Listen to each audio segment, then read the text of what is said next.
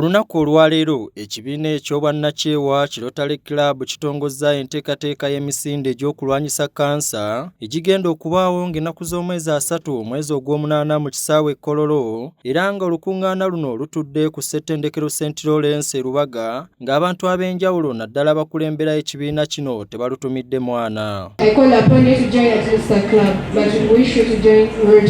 Eyaliko omukulembeze w'ekibiina ki Rotary Club mu ggwanga Uganda nga naye Tabamiruka ono tamutumidde mwana, aliko ensonga enneekusifu z'atangaazizza ku misinde gino, wabula ng'era atenderezza ssettendekero ono okuwagiranga bulijjo enteekateeka z'ekibiina kino. Ssettendekero eno etukoze bulungi nnyo mu kuyamba emirimu gy'okuddiza abantu mu ngeri ez'enjawulo.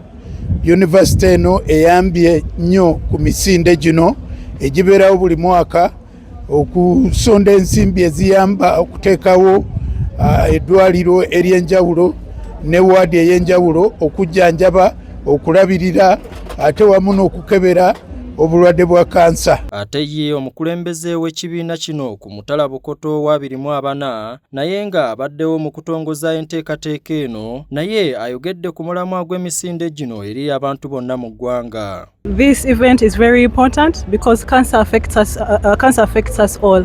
At least one of us has had maybe a mother, a father, a sister, a brother, someone around us has been affected by cancer.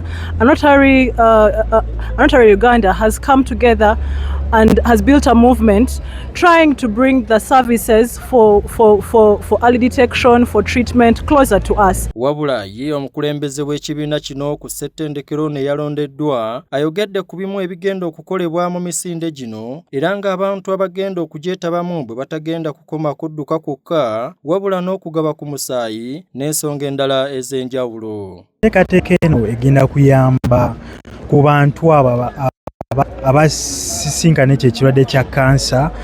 Abantu abo bafuna obujjanjabi kuba zigenda kubeerayo enteekateeka nnyingi nnyo e Kololo ku kisaawe, wagenda kubeerayo okugaba omusaayi nga bwe tumanyi nti teriiyo kolero lya musaayi mu Uganda. Tugenda kubeera nga tugaba omusaayi, kati ffe emisaayi emito, ffe emigigi emito nga ba Rotaractors, nga ba Rotarians kuba nabo tebaba bantu bakulu nnyo.